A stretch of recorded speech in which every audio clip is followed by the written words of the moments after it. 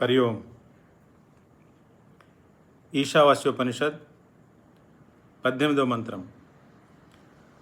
అగ్నేనయ సుపథారాయే అస్మాన్ విశ్వాని దేవ వయునాని విద్వాన్ యుయోధి అస్మత్ జుహురాణమేనో భూయిష్ఠాం తే నమ ఉక్తిం విదేమ.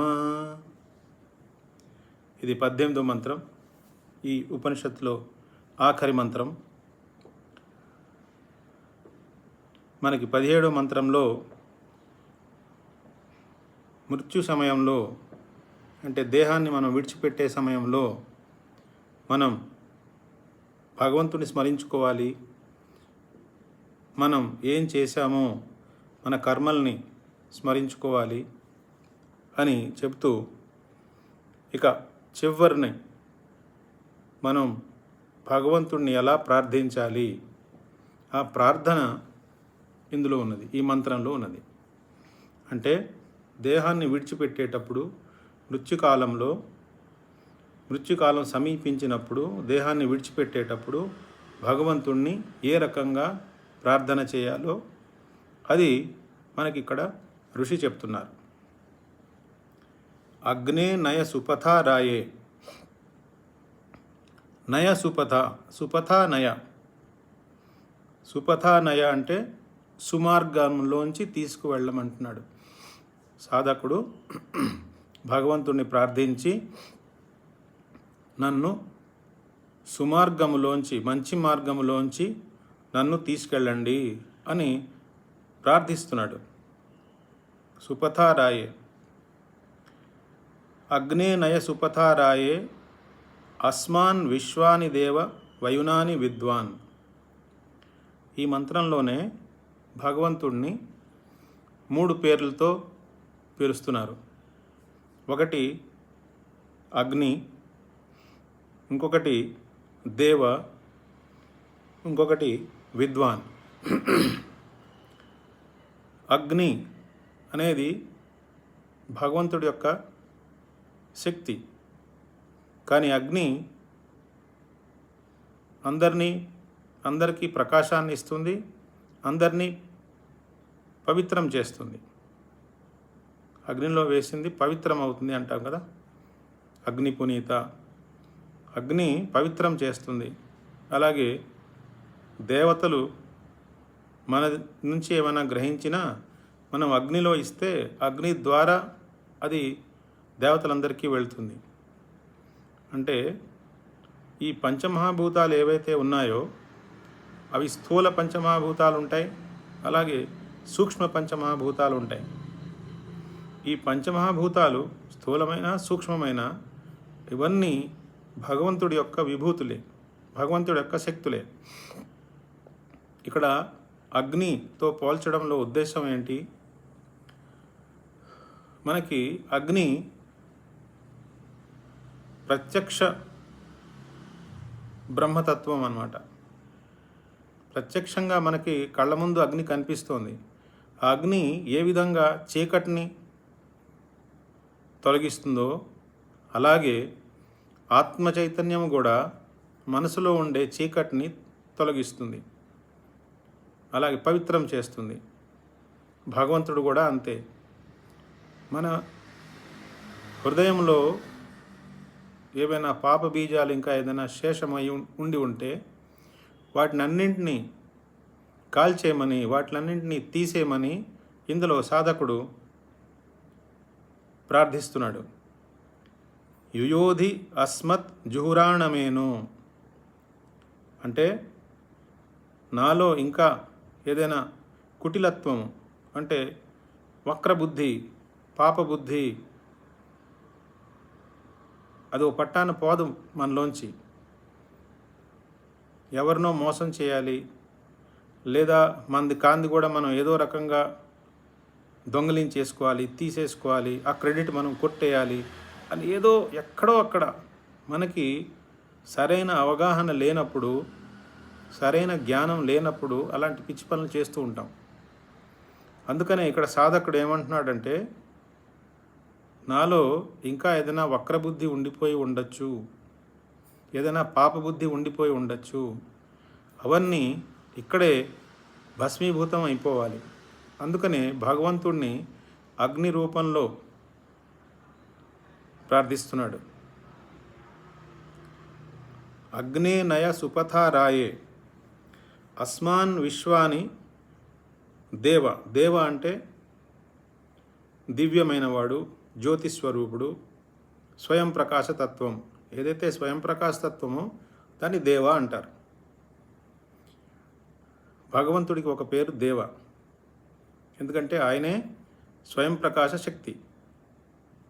ఆయన కాంతి వల్లే సూర్యుడికి కాంతి వస్తుంది, ఆయన కాంతి వల్లే అగ్నిలో కాంతి వస్తుంది, ఆయన కాంతి వల్లే విద్యుత్తులో కాంతి వస్తుంది, ఆయన కాంతి వల్లే చంద్రుడికి కాంతి వస్తుంది, ఆయన కాంతి వల్లే కాష్టంలో అగ్ని ప్రవేశించి ఉంది, ఆయన కాంతి వల్లే నూనె దీపం వెలిగించిన ఆ కాంతి వస్తుంది. అంటే ఎక్కడ కాంతి ఉన్నా ఆ తేజము లేదా ఆ ప్రకాశించే గుణం ఏదైతే ఉందో అది బ్రహ్మతత్వంలోంచి వచ్చినదే, భగవతత్వంలోంచి వచ్చినదే.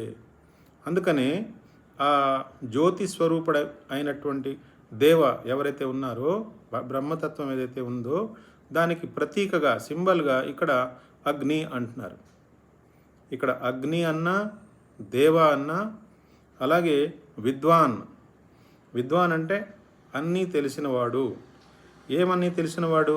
ఇక్కడ ఏమంటున్నారు?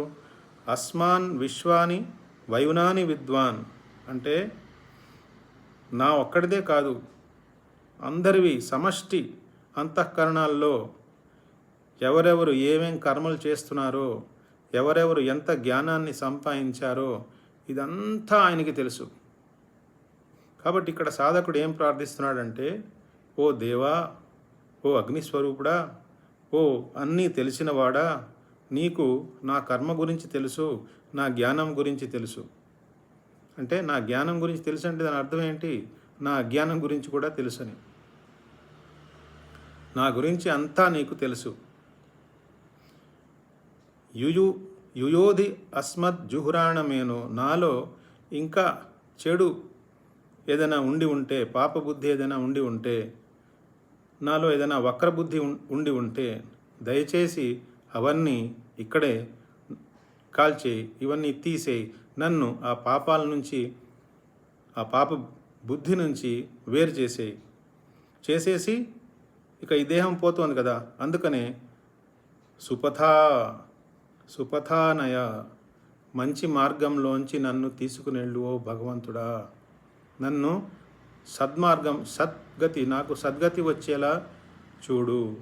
అంటే బృహదారణ్యక ఉపనిషత్తులో మనకి అసతోమా సద్గమయ, తమసోమా జ్యోతిర్గమయ, మృత్యోర్మా అమృతంగమయ ఈ మంత్రం ఉంటుందే, ఆ మంత్రానికి అనుగుణంగా ఇక్కడ ఏమంటున్నారంటే నన్ను మంచి మార్గంలోంచి తీసుకుని వెళ్ళు.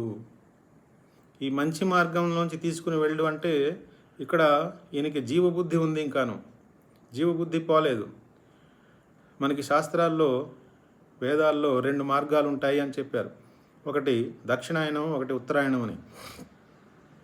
దక్షిణాయనం, ఉత్తరాయణం అంటే మనం సూర్యుడి కంటే పైనున్న లోకాలు దివులోకాలు అని చెప్పుకున్నాం కదా. ఇక్కడ ఒక మార్గంలోంచి వెళితే, అంటే దక్షిణాయనంలోంచి వెళితే అది కొన్ని లోకాల్లోకి వెళ్ళిన తర్వాత, ఉత్తమ లోకాల్లోకి వెళ్ళిన తర్వాత, కొంతకాలం అక్కడ గడిపిన తర్వాత మళ్ళీ కిందకు వచ్చేస్తుంది, ఈ మృత్యులోకంలోకి మళ్ళీ వచ్చేస్తుంది. దాన్నే దక్షిణాయనం అంటారు. అది అంత మంచి మార్గంగా మనం లెక్కించాం. మరి ఉత్తరాయణం అయితే ఏమవుతుంది? మనం ఏదో రకంగా ఇక్కడి నుంచి ఈ దేహాన్ని విడిచిపెట్టిన తర్వాత ఆ సూక్ష్మమైనటువంటి జీవుడు ఎవరైతే ఉన్నాడో, అంటే ఆ లింగదేహం లేదా కారణదేహము, ఆ సూక్ష్మదేహం వెళ్ళి కారణదేహంలో కలిసిపోతుంది. స్థూలదేహం ఏమో ఇక్కడే పంచమహాభూతాల్లో కలిసిపోతుంది. ఆ సూక్ష్మదేహం ఏదైతే ఉందో అది కారణదేహంలో కలిసిపోయి ఆ కారణదేహం ప్రయాణిస్తుంది. అదే జీవత్వం అన్నమాట. ఆ జీవత్వం చాలా సూక్ష్మమైనటువంటిది. అది ప్రయాణించి ఈ దేహం నుంచి బయటికి వెళ్ళినప్పుడు అది గాలి ద్వారానో నీరు ద్వారానో కాంతి కిరణాల ద్వారానో అది పైకి వెళ్ళిపోతూ ఉంటుంది. కిరణం అంటే ఎలా ఉంటుంది? సూర్యకిరణం అంటే సూర్యుడి నుంచి ఒక సరళరేఖ మార్గంలో మన వైపుకి వస్తున్న శక్తే కదా. అది ఒక తీగలా ఉందన్నమాట. ఈ సూక్ష్మ జీవికి ఆ కిరణం కూడా ఒక తీగలా ఉన్నట్టే. ఒక చీమ ఎలాగైతే తీగ మీద నడిచేసుకుని వెళ్ళిపోతుందో అలాగే ఈ సూక్ష్మ జీవుడు ఎవరైతే ఉన్నాడో ఆ సూక్ష్మ జీవుడు ఆ కాంతి కిరణాన్ని పట్టుకొని సూర్యుడి దాకా వెళ్ళిపోగలడు.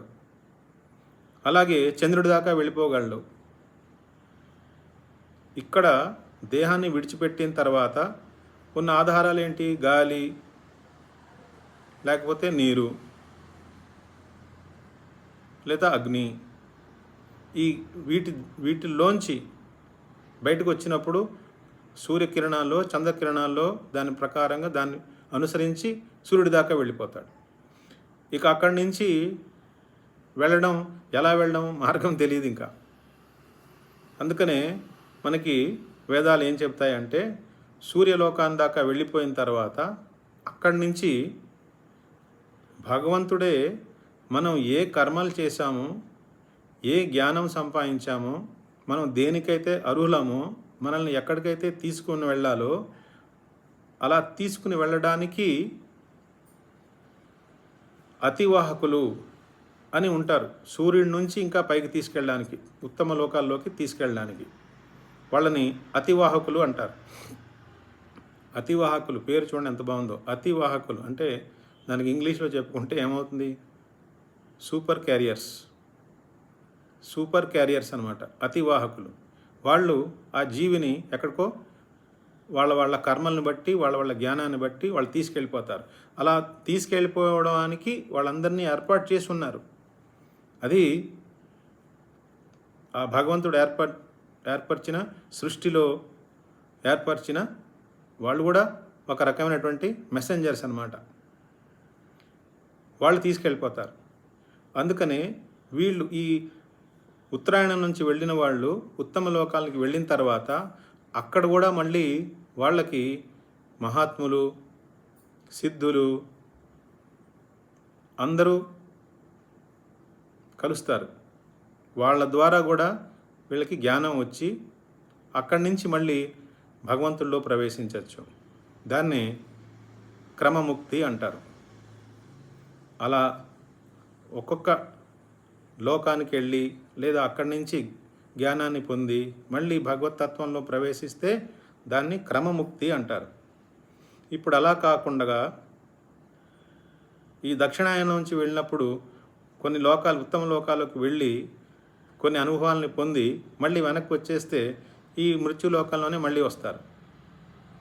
ఈ రెండింటి కాకుండా మనం ఇంతకుముందు చెప్పుకున్న మంత్రంలో సోహమస్మి అని ఎవరైతే తెలుసుకుంటారో వాళ్ళు జీవనముక్తుల్లాగా ఇక్కడే ఈ దేహం ఉండగానే జీవనముక్తుల్లా వాళ్ళు ఈ భూమండలం మీద తిరుగుతారు. అంటే వాళ్ళకి ఇంకా దేహబుద్ధి ఉండదు. సూక్ష్మదేహం కరిగిపోయింది, దేహబుద్ధి ఉండదు. కారణదేహం ఆ జ్ఞానంలో భస్మీభూతం అయిపోయింది. కాబట్టి వాళ్ళు ఇక్కడ ఉండగానే ముక్తిని పొందేశారు, మోక్షాన్ని పొందేశారు. ఈశావాస్యం ఇదం సర్వం అనేది మోక్ష మార్గం అనుకున్నాం కదా. ఈశావాస్యం ఇదం సర్వం అని తెలిసిందంటే ఇంకేముంది? ఇంకా మోక్షమే కదా. ఇప్పుడు అడ్డు ఏముండేది అక్కడ? నాలో ఉన్న నేనుని వేరు చేసి పెట్టుకున్నాను కాబట్టి అది అడ్డుగా ఉండేది. నది వెళ్ళి సముద్రంలో కలిసిపోయిన తర్వాత ఇంకా నది అనే నామానికి రూపానికి మోక్షం వచ్చింది కదా. ఆ నదిలో ప్రవహిస్తున్న నీరు ఏదైతే ఉందో ఆ నీరుకి ఆ నది యొక్క నామరూపాల నుంచి మోక్షం వచ్చేసినట్టే కదా. అదేవిధంగా ఈ సోహమస్మి అని ఎవరైతే తెలుసుకున్నాడో వాడు ఇక్కడే జీవనముక్తుల్లా భ్రమణం చేస్తాడు. ఈ దేహం ఉన్నంతకాలం అలాగే ఉంటాడు. దేహం వదిలేసిన తర్వాత ఆయన ఎప్పుడూ బ్రహ్మమే. సోహమస్మి తెలుసుకున్నప్పుడే బ్రహ్మమే. ఎందుకని? బ్రహ్మవిత్ బ్రహ్మైవ భవతి. బ్రహ్మంని తెలుసుకున్నవాడు బ్రహ్మమే అవుతాడు. అసలు బ్రహ్మం అవ్వకుండా మనం బ్రహ్మని తెలుసుకోలేము. ఎందుకంటే సాక్షాత్ అపరోక్ష జ్ఞానం రావాలి అంటే మనం ఆ బ్రహ్మతత్వంతో సమానంగా ఉన్నాము అని మనమే అక్కడ దాకా రైజ్ అయినప్పుడు మనకి ఆ బ్రహ్మజ్యోతి బ్రహ్మకాంతిలోనే బ్రహ్మతత్వం మనకి తెలుస్తుంది. అంటే అక్కడ తెలిసేదేంటి? స్వయమేవ తత్వం స్వయమేవ బుద్ధం. నేనే ఆ తత్వాన్ని, నేనే ఆ బుద్ధ స్వరూపుణ్ణి, నిత్య శుద్ధ బుద్ధ ముక్త బ్రహ్మస్వరూపాన్ని నేనే అని అక్కడ తెలుస్తుంది.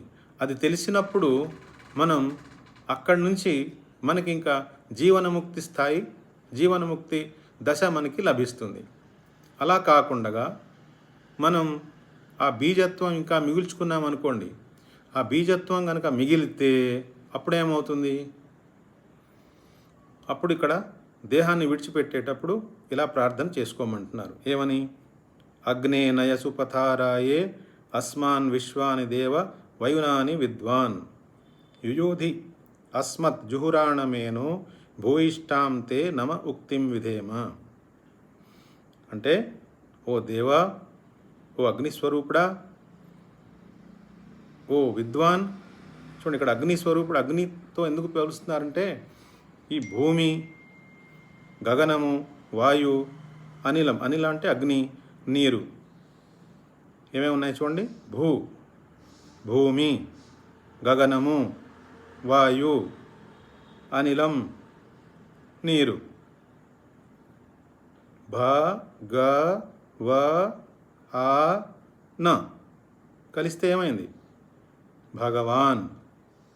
భ అంటే భూమి, గ గగనము, వ వాయు, ఆ అనిల, న నీరు. అంటే ఈ పంచమహాభూతాలని ఎవరైతే సృష్టిస్తున్నాడో, ఎవరైతే ఈ పంచమహాభూతాల యొక్క అధిపతి, ఈ పంచమహాభూతాల యొక్క శాసకుడు ఎవరైతే ఉన్నాడో, ఎవరి కంట్రోల్లో అయితే ఈ యావత్ సృష్టి ఉందో ఆయనే భగవంతుడు. కాబట్టి ఇప్పుడు మనకి భగవంతుణ్ణి ప్రార్థించాలనుకోండి, ఈ అగ్నినే భగవత్ స్వరూప అని అనొచ్చు. వాయువుని కూడా అలా మంత్రాలు ఉన్నాయి. వాయువుకి కూడా వాయువుని ప్రార్థించేటప్పుడు త్వమేవ ప్రత్యక్షం బ్రహ్మాసీత్, త్వమేవ ప్రత్యక్షం బ్రహ్మ వదిష్యామి, ఋతం వదిష్యామి, సత్యం వదిష్యామి అని అంటారు. అంటే ఓ వాయుదేవుడా, నీవే ప్రత్యక్ష బ్రహ్మమువి అంటారు. వాయువుని ప్రత్యక్ష బ్రహ్మం అన్నారు. ఎందుకని ప్రత్యక్ష బ్రహ్మం అంటే వాయువు ఉందని మనకి స్పర్శకి తెలుస్తోంది. గాలి వేస్తోంది అనుకోండి, గాలి మనకి తగులుతున్నట్టు స్పర్శ తెలుస్తుంది, కానీ గాలి కనపడదు. అలాగే బ్రహ్మతత్వం కూడా, ఆత్మతత్వం కూడా మన హృదయంలో అన్ని తలంపుల్ని ప్రకాశిస్తోంది. ఆ ప్రకాశించే తత్వం ఉందని మనకి తెలుస్తోంది, కానీ అది కనపడట్లేదు.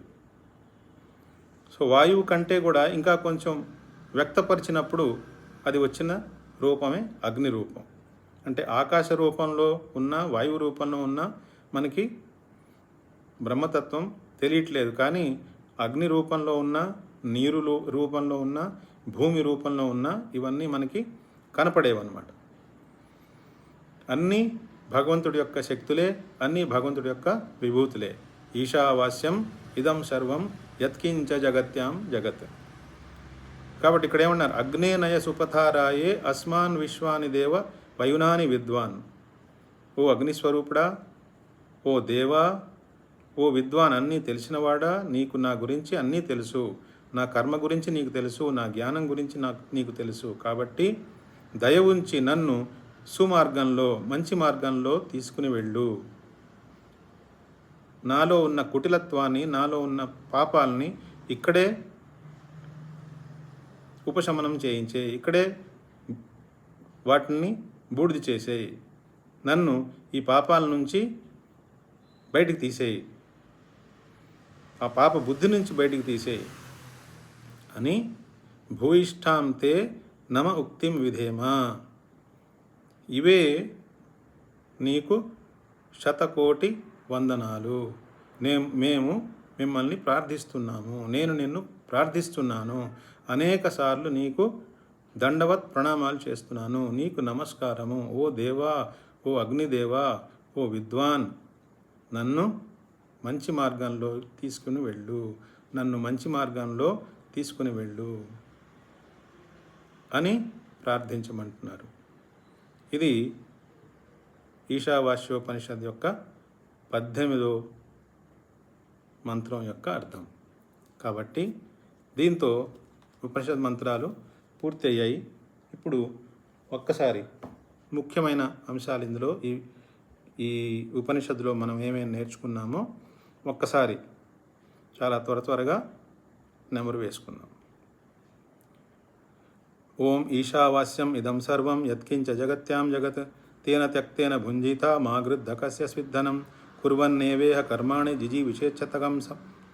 జిజివిషేచ్చతగం సమాహ ఏవం త్వయి నాన్యతేతోస్తి న కర్మ లిప్యతే నరే అసూర్యానామతే లోకా అంధేన తమసావృతాః తాంస్తే ప్రత్యాభిగచ్చంతి ఏకే చ ఆత్మహనో జనాః అనేజదేకం మనసోజవీయో నైనద్దేవా ఆప్నువన్ పూర్వమర్షత్ తద్ధావతో అన్యాన్ అత్యేతి తిష్టతి తస్మిన్నపో మాతరిష్వా దధాతి తదేజతి తన్నేజతి తద్దూరే తద్వంతికే తదంతరస్య సర్వస్య తదు సర్వస్యాస్య బాహ్యతః యస్తు సర్వాణి భూతాని ఆత్మన్యేవానుపశ్యతి సర్వభూతేషు చాత్మానం తతో న విజుగుప్సతే యస్మిన్ సర్వాణి భూతాని ఆత్మైవాభూద్విజానతః తత్ర కో మోహకः శోక ఏకత్వమనుపశ్యత సపర్యగాత్ శుక్రం అకాయం అవ్రణం అస్నావిరం శుద్ధం అపాపవిద్ధం కవిః మనీషి పరిభూ స్వయంభూ యాథా తథ్యతో అర్థాన్ వ్యదదాచ్చ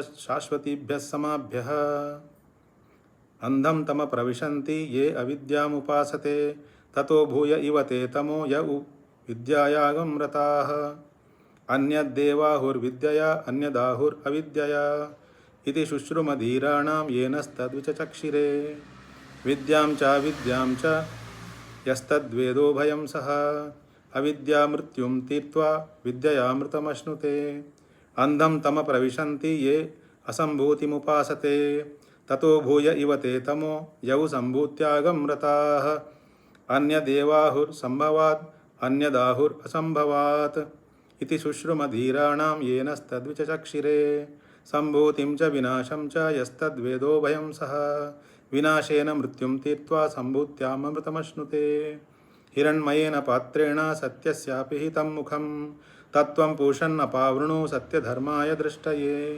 పూషన్నేకర్షే యమసూర్య ప్రాజాపత్య వ్యూహరశ్మిన్ సమూహ తేజః యత్తే రూపం కళ్యాణతమం తత్తే పశ్యామి యో అసావసౌ పురుష సోహమస్మి వాయుర్ అనిలం అమృతం అథేదం భస్మాంతం శరీరం ఓం కృతోస్మర కృతగం స్మర కృతోస్మర కృతగం స్మర అగ్నేనయ సుపథారాయే అస్మాన్ విశ్వాని దేవ వయునాని విద్వాన్ యుజుదోస్య అస్మజ్జుహురాణమేనో భూయిష్టాం తే నమోక్తి విధేమ ఇది ఈశోపనిషత్.